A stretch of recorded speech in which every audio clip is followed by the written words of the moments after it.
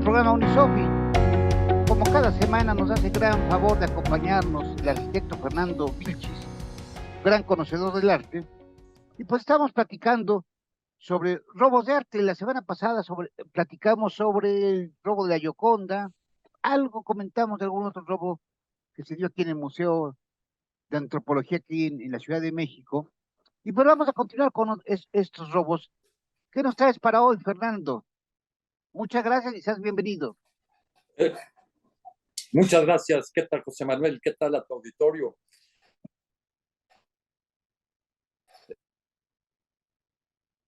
Este asunto del robo de arte es muy apasionante porque, digo, es muy complicado. Se dice que nadie roba arte, es muy difícil volverlo a comerciar, pero hay varios casos que son muy emblemáticos a lo largo de la historia. Específicamente hay dos que llamaron, el primero llamaron el robo del siglo, fue el robo del siglo pasado, y hasta la fecha ostenta el récord del más grande asalto, el más grande botín conseguido mediante un robo en un museo. Y esto fue en el Museo Isabella Stewart Gardner de Boston. Y sucedió un día de San Patricio, así como aquí en México se metieron al Museo de Antropología ya en Navidad, allá en Boston se metieron la noche del día de San Patricio. Es una noche de farra, es una noche de copas, y estas personas llegaron con disfrazados de policías, tocaron la puerta, los guardias en el interior no siguieron el protocolo, le abrieron a los policías que venían con una supuesta misión y les dijeron: señores, esto es un robo. This is a robbery, así se llama el programa en Netflix, lo pueden ustedes ver este fin de semana. Son 2 capítulos bastante extensos. La conclusión de este robo: estos policías disfrazados amarraron a los policías verdaderos, que no tenían una trayectoria, digamos, muy profesional. Uno de ellos era un músico, un baterista, que llegó esa noche después de ensayar con su banda, y lo amarraron en los sótanos. Se dieron cuenta del robo hasta el día siguiente. La nueva guardia, en el cambio de guardia, estaban amarrados ahí los 2 policías. Se llevaron en aquella ocasión 4 piezas de Degas, se llevaron un autorretrato de Rembrandt y la única marina de Rembrandt que la señora Isabella Stewart Gardner tenía ahí en su sala principal. Un cuadro. Todos estos cuadros, fueron varios más, se llevaron, como te digo, los Degas, se llevaron un Manet maravilloso, se llevaron 8 cuadros en total. El valor de esos cuadros, esto fue hace 25 años, fue en el año 94, ahí en Boston, y si le pusiéramos valor a esa colección que se perdió y que no ha vuelto a aparecer, sería el robo más grande y más espectacular de arte de la historia, el robo del Museo Isabella Stewart Gardner. Puedo meterme en detalles, pero más bien les recomiendo este video, que es esta serie de 2 capítulos que se llama This is a Robbery, el asalto al Museo Isabella Stewart Gardner de Boston. Eso fue el siglo pasado, hacia Fue fines del siglo pasado. Pero hay otra. Te escucho. verdaderamente novelesco, ¿no? Verdaderamente novelesco, y lo Y importante que no ha además, aparecido nunca. En este robo se que pretendía un chantaje, ¿no? Querían que intercambiar las piezas por dinero y nunca se llegó a ningún acuerdo. Parece ser, bueno, ¿no? a la larga existen muchas teorías, Muchas porque la teorías. obra nunca apareció, nunca volvió a aparecer, nunca jamás la hemos vuelto a ver, y se sabe, digo, se conoce que ese tipo de obras maestras tan conocidas no se pueden volver a vender, a no ser que hayan entrado con una consigna de alguien que decidió comprarlos y que alguien entrara y robara para poder ellos. Esos cuadros no se pueden poner en el mercado secundario, no se pueden vender porque son ampliamente conocidos, y esas demandas de robo, esas actas, digamos, nunca prescriben. Tarde o temprano han aparecido siempre, por lo general, las piezas robadas. Y este video del que te hablo, This is a Robbery, el robo al Museo Isabella Stewart Gardner de Boston, se habla de varias teorías conspirativas, se habla de que las tuvieron como rehenes para poder financiar a al ejército revolucionario de, Irlanda, al IRA, al Ejército Revolucionario Irlandés. Pues son teorías, porque en realidad la obra nunca apareció, y algo que es muy invitador para pensar en el robo de arte son las pequeñas penas a las que son sujetos, o las penas de muy, digamos, de muy bajo peso que les dan a los confesos o a los que sorprenden infraganti robando arte, ¿no? Ah, sucedió en el caso de este siglo. Y por Además, ejemplo, bueno, nada más quería aclarar, bueno, son bajas las penas aquí en México, a lo mejor aumentarían mucho, no por el robo de arte en sí, sino de la forma en que se haga. Por ejemplo, si llegan aquí con armas de fuego, amagando una organización criminal, bueno, se llevaría en relación con otros delitos, que no sería el arte en sí, sino un delito, por ejemplo, de portación de armas de fuego, de que le dispararan a alguien, por ejemplo, que lo lesionaran, incluso lo mataran, bueno, es otra cuestión. Pero en sí el robo de arte solitito, pues sí son bajas penas, no solito. Si lo hace, por ejemplo, con mucho cuidado y que no obre violencia, como sucedió precisamente acá en el Museo de Antropología en parte, ¿no? en el Museo de Antropología la pena fue de 35 años, aquí sí fue la excepción. Aquí sí lo sentenciaron a Carlos Perches y a Ramón Sardinas. Bueno, a Ramón Sardinas nunca lo han encontrado. De hecho, hay varias piezas, se devolvieron 41 piezas y quedaron 7 extraviadas. Básicamente eran las piezas de oro colombiano. Era como joyería lo que se perdió. Se entiende que lo tiene Ramón Sardinas, el cómplice de Carlos Perchet, pero él nunca ha aparecido hasta la fecha y esas 7 piezas continúan perdidas. Y hay algo más que se perdió. En realidad, Perchet nada más estuvo en la cárcel el sexenio de Salinas de Gortari. Estuvo 7 años preso.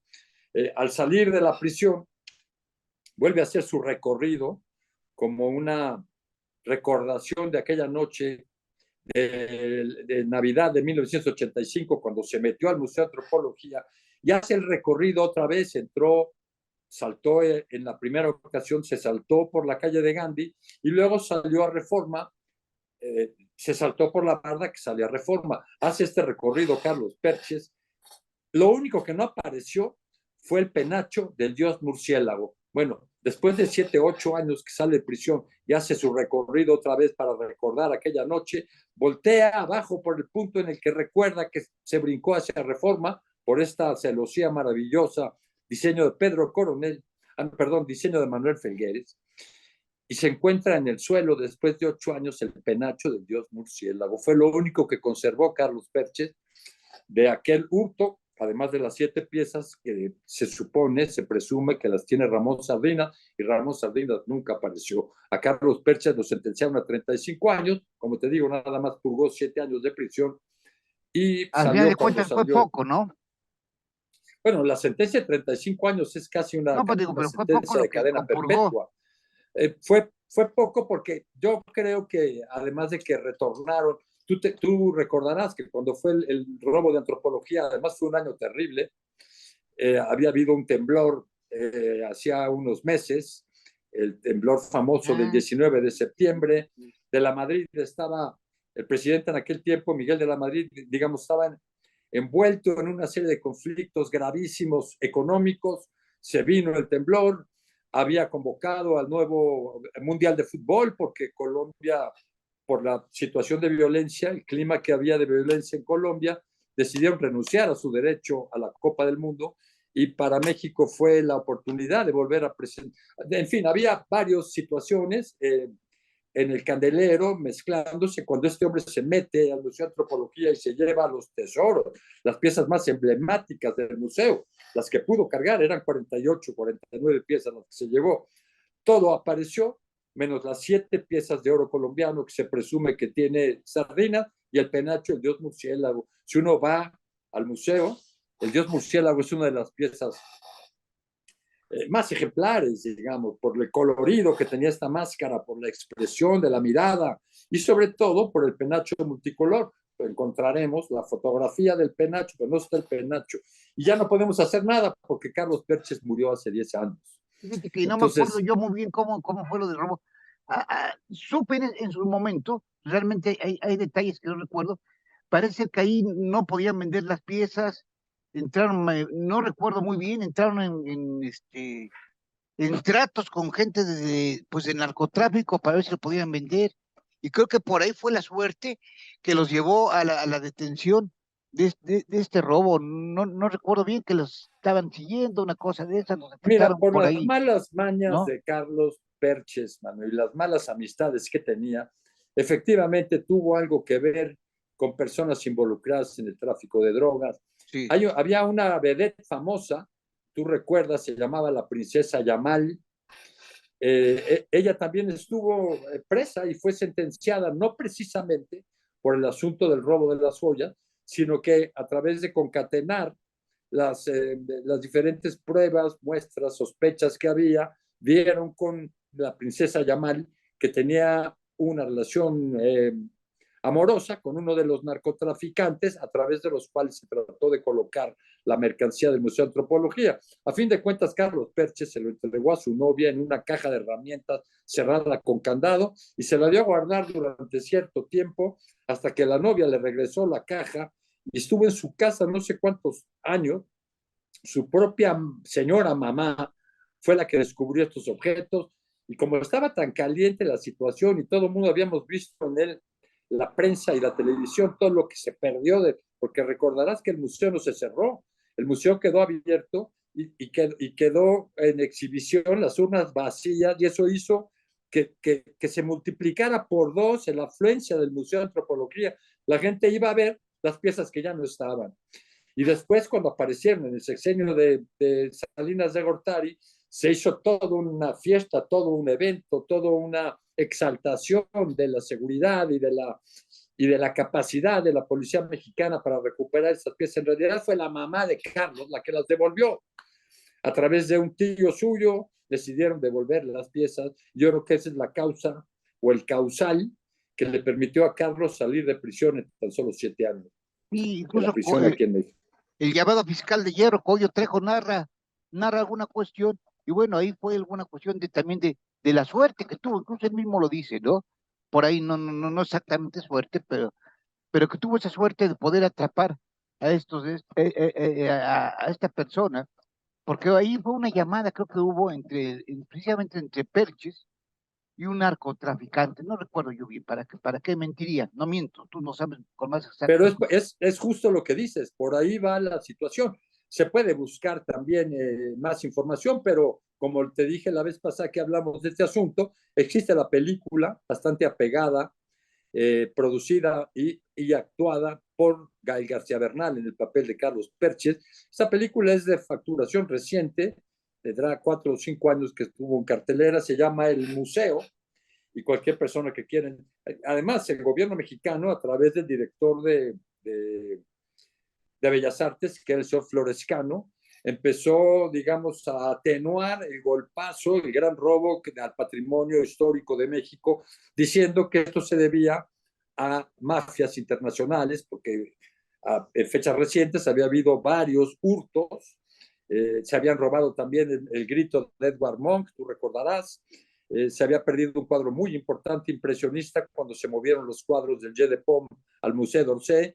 Entonces se hablaba de estas mafias, no es cierto, fue Carlos Pérez que se metió y en casi todos los casos son ladrones que actúan de manera independiente, ladrones solitarios. Eh, ya hablamos de este caso de Isabella Stuart Gardner, una gran pérdida para la humanidad que no aparezcan esas piezas. Y tengo otro tema que si quieres lo dejamos para la próxima. Me Se parece metieron al Museo adecuado, de son Arte cosas muy Moderno de interesantes. París. Por Aquí favor, fue, para la próxima nos veremos y atenderemos de esto, porque son cosas, historias muy interesantes y que tú recuerdas tan bien, ¿no? Tan preciso tienes ciertos detalles. Y como quiera que sea, la gran mayoría de los robos de arte, y bueno, en todo, ¿eh? Nunca se sabe con precisión, con exactitud, la verdad tal como fue. Lo que le llaman ahora que la verdad, o sea, histórica, se sabe la verdad legal, pero la verdad histórica, lo que sucedió realmente, muy difícil saberlo, ¿no? Hay, hay otra película que le podemos recomendar a tu auditorio, se llama La Dama Dorada, esa tiene como 10 años de que se produjo, pero es muy vigente porque lo que iba a suceder después de que se produjo la película nadie lo sabíamos. La Dama Dorada es la pieza o posiblemente una de las piezas claves en la producción de Gustav Klimt, este autor maravilloso austriaco. Bueno, ahí en el museo, austriaco, en el Museo Nacional de Viena, también tenemos nuestro penacho. El penacho de Moctezuma está ahí. Pues el penacho de Moctezuma era la corona real y Cortés se la envía a su emperador Carlos V como muestra de que había conquistado un imperio y le manda la corona real. Bueno, pues el que quiera ver la corona real tiene que ir a la Biblioteca Nacional de Viena, porque ahí es donde está el original penacho de Moctezuma, que está como un hilacho. Mejor vayan a antropología y vean la copia que se hizo, que es maravillosa. Lo increíble de este penacho, cada una de las plumas que heredaba el Uley Tlatoani tenía una significación. Había plumas de quetzal, había plumas de colibrí, había plumas de cuervo, plumas de águila, plumas de faisán, plumas de halcón, y cada una de las plumas significaba una hazaña heroica militar de los predecesores, me parece que fueron 10 Uley Tlatoanis aztecas. El primero fue Acamapixtli y el último fue Cuauhtémoc, que fue, pero le llamaron el penacho de Moctezuma porque Cuitláhuac y Cuauhtémoc ya no lo utilizaron. Ya Cortés se había encargado de decomisarlo y enviarse. Bueno, te doy este preludio porque en ese museo, la obra maestra del Museo de Viena, Viena es la capital del Sacro Imperio Romano, de los Habsburgo, de los Austrias. Bueno, ahí estaba este cuadro de la Dama Dorada, esta obra magnífica, contemporánea del autor Gustav Klimt. Bueno, pues fue un robo de los nazis. Los nazis es el retrato de Adele Bloch, que su padre mandó hacer a Gustav Klimt para Adele. Bueno, era la pieza principal del Museo Nacional de Viena. Bueno, pues esta película de las que le hablo, La Dama Dorada, habla de todo el proceso que los herederos de Adele Bloch llevaron contra el gobierno austriaco para lograr la restitución. Un joven abogado, muy joven abogado norteamericano, fue el que se encargó de lograr que la familia recuperara el cuadro de Adele y lo tuvieron que descolgar del lugar de honor del Museo Nacional de Viena para entregárselo a la familia. Lo que te digo que no sabían es que ese cuadro se iba a poner a subasta y se iba a vender en el año 2021 en 135 millones de dólares. Maravillosa historia. Hay muchas historias parecidas de cuadros que fueron robados por los nazis. Hay varios Picassos, sobre todo a marchantes de origen israelita, de origen judío, que casi todos los grandes marchantes destacados de la historia han sido judíos. Bueno, esa es otra historia de arte robado. Pues continuamos con estas y otras historias después, en el próximo programa, si no tienes inconveniente. ¿Cómo no? Y vamos a tocar el tema de fantomas. No sé si tú ubiques a Fantoma. Excelente, sí, de Pero joven, de niño lo leía mucho, circulaba la revista, no me acuerdo, semanalmente, muchos años. Bueno, el sobre siguiente este famosísimo ladrón, ¿no? El siguiente robo del que vamos a hablar, bien podría, además el personaje tiene cierto parecido con Fantomas, un personaje verdaderamente de novela que se metió al Museo de Arte Moderno de París y se llevó un botín maravilloso de que hablaremos en la próxima vez que nos reunamos, querido José Manuel. Muchísimas gracias, que estés muy bien, saludos a todos, suscríbanse, nos hace mucha falta y nos vemos pues la próxima semana. Gracias. Como siempre, un placer. Gracias.